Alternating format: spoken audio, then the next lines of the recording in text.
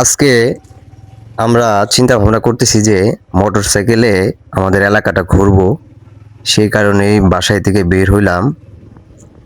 তো যাচ্ছি, এটা হলো আমার বাসার সামনের রাস্তা। তো মেন রাস্তা যেটাকে বলে আমার বাসার সামনেই। তো আমরা সেই রাস্তাতে যাচ্ছি। রাস্তাটা এখন আগের মতন অবস্থা নেই, ভেঙে গেছে অনেক জায়গায়। আগে রাস্তাটা অনেক ভালো ছিল। তো আমরা রওনা দিলাম। আমরা চিন্তা করছি যে আমাদের যে বাজার আছে সে বাজারে আমরা যাব হালকা কিছু বাজার করার জন্য। আর গ্রামের পরিবেশ সবসময় ভালো থাকে। গ্রামের ছেলে আমি, গ্রামের পরিবেশও ভালো।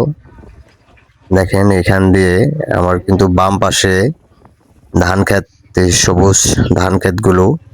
এখানেও কিন্তু খুব সুন্দর একটি ভিউ। দুই সাইডে রাস্তা, রাস্তার পাশে গাছ। তো সব মিলিয়েই খুব চমৎকার লাগছে জায়গাগুলো।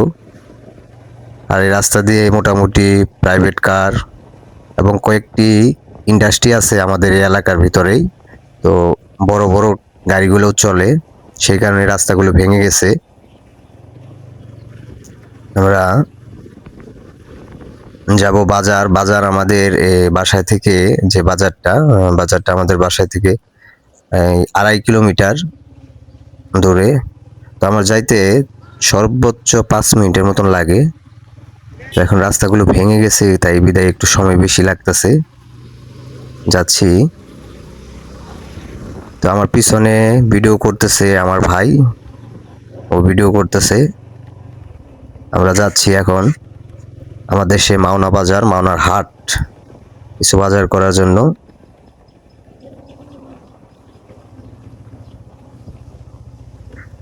রাস্তার বহাল দশা, রাস্তা অনেক ভেঙে গেছে।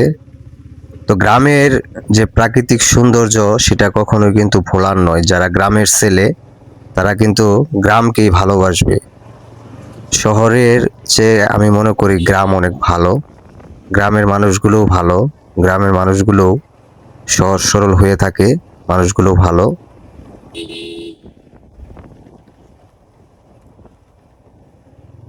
আমরা যাচ্ছি।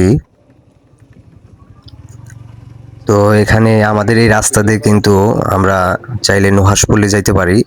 আমাদের যে রাস্তা, এই রাস্তাতে আমরা নুহাসপল্লী যাই পিছনের দিকে। তো আমাদের বাসা থেকে যে হুমায়ুন আহমেদের নুহাসপল্লী, এটা 3 কিলোমিটার দূরে।